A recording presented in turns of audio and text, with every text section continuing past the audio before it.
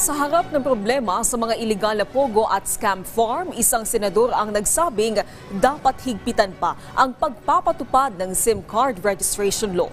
Samantala may bagong personalidad na iimbestigahan ang isang komite ng Senado dahil sa umunoy kaugnayan nito sa ilang iligal na pogo. Si Daniel Manalasta sa sentro ng balita.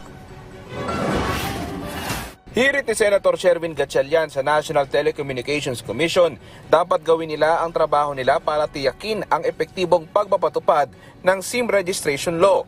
Layunin daw sana ng batas na yan ay magbigay ng pananagutan para sa mga gumagamit ng mga SIM card at suportahan ang pagpapatupad ng batas sa pagsubaybay sa mga krimen na ginagawa sa pamamagitan ng telepono o cellphone. Subalit punto ng senador, tila nakakalimutan daw ng NTC ang responsibilidad dito na ang mga scammer sa industriya ng pogo ay patuloy anyang gumagamit ng SIM card nang wala umanong tigil.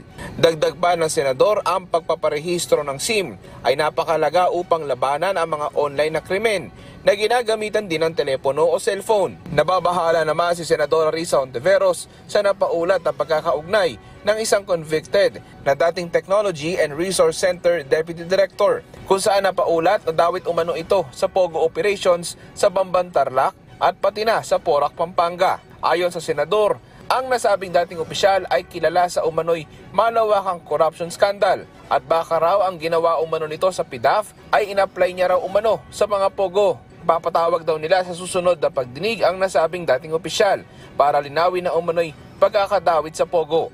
Daniel Manalastas para sa Pambansang TV sa Bagong Pilipinas.